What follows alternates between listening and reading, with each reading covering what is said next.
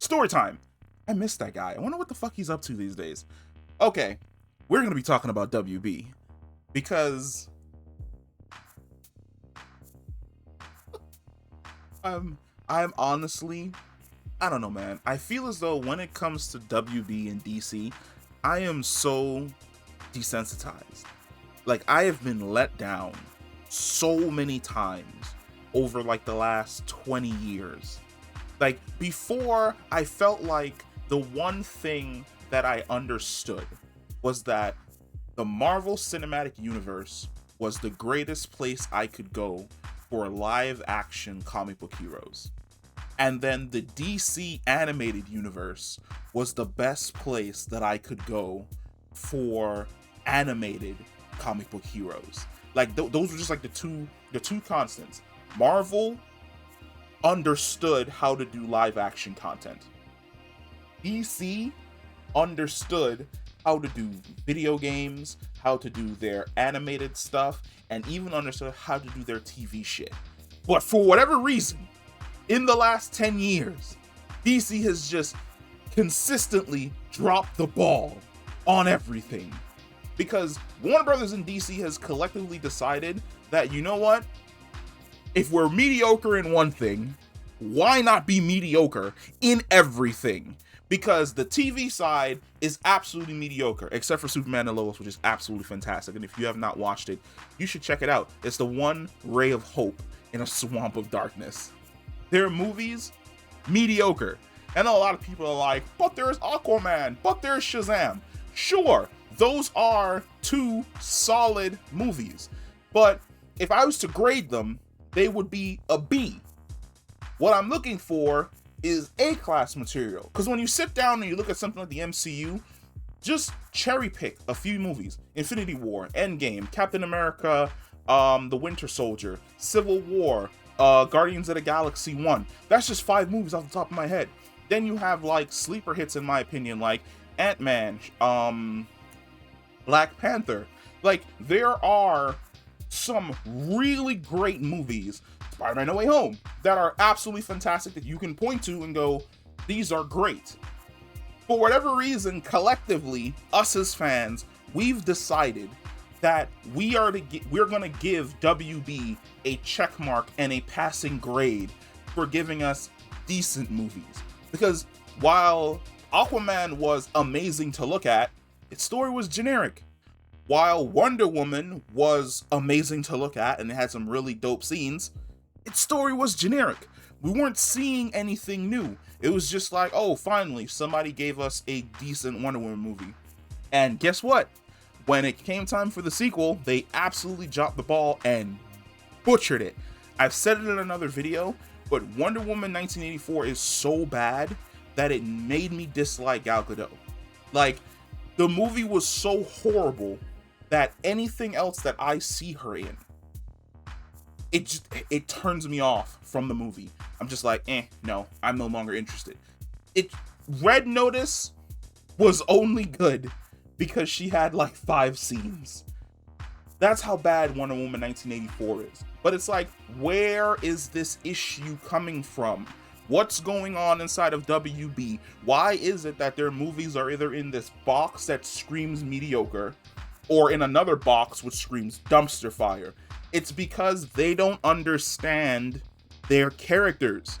They don't understand what they own. Here's a great example of that. Zack Snyder's Justice League, right? That very last scene with the Flash, where he's running towards Cyborg. He's reversing time as he runs, moving faster than the speed of light, building up energy so that Cyborg can separate the mother boxes. The WB executives, Warner Brothers executives, didn't understand what was happening during that scene. You are telling me that you work for Warner Brothers. You are in charge of the Flash property. The Flash TV show has been on for the last 7 years. My man Barry Allen in that show has been breaking the timeline for 7 years. And you do not know what is happening when the Flash is running and time is reversing?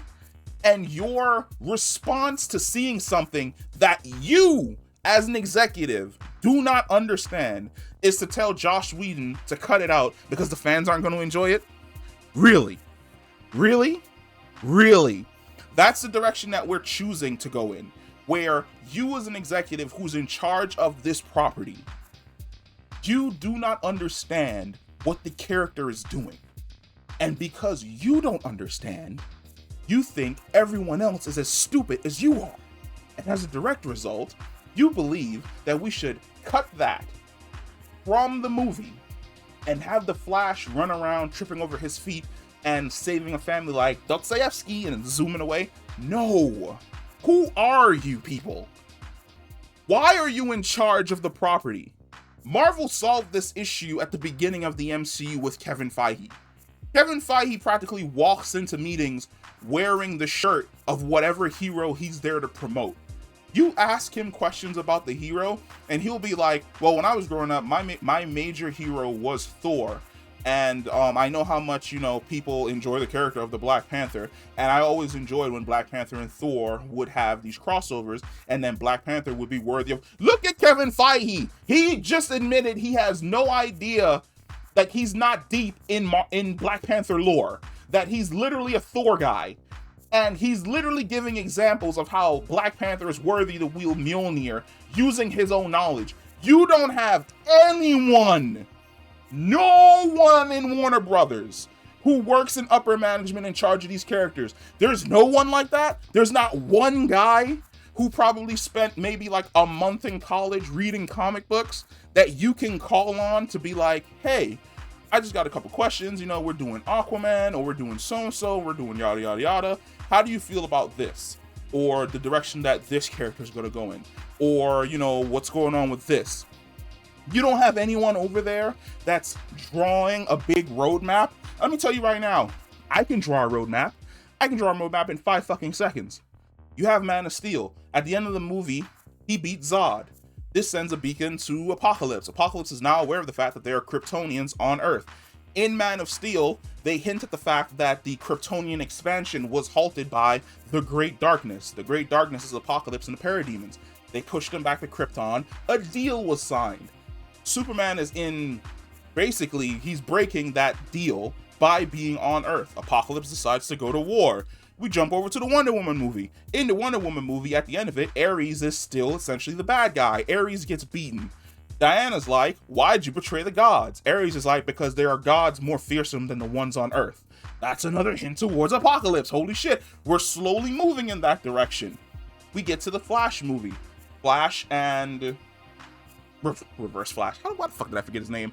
And Reverse Flash have their big fight.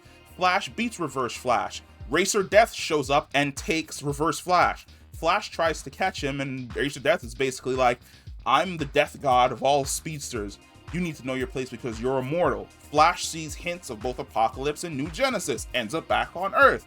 We jump over to the Cyborg movie. If you had decided to do a Cyborg movie, in the Cyborg movie, you get hints of the fact that there are Parademons and Apocalypse and New Genesis and Highfather, and there are mother boxes. Now we jump into the Justice League movie. Do you see how over like the last 4 minutes, I built a better framework for the WB DCEU than you allowed Zack Snyder to just throw shit at the wall?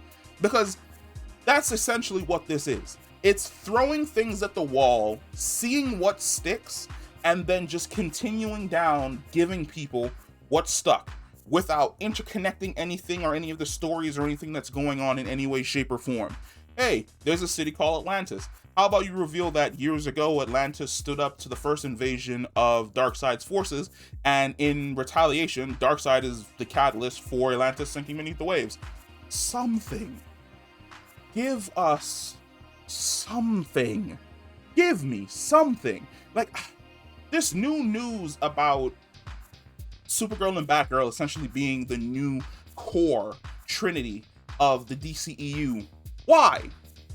Okay, Supergirl, Batgirl, Shazam, old Batman. If you're gonna give me old Batman, give me Terry McGinnis. Give me a Batman Beyond movie. Duh.